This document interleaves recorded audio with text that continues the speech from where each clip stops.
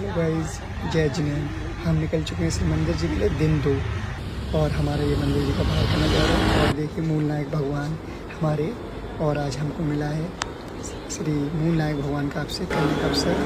मैं बैठ चुका हूँ मूल नायक वेदी पर और मुझे मिलेगा आज मूल नायक भगवान का अवसर।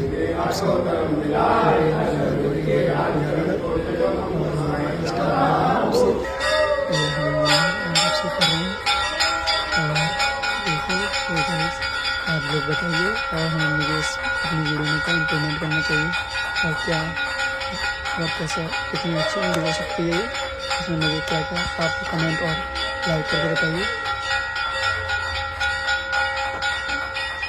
और हमें आज श्री शांतिनाथ भगवान के शांतिधारा करने का भी अवसर मिला हुआ है। मुझे हम शांतिधारा कर रहे हैं।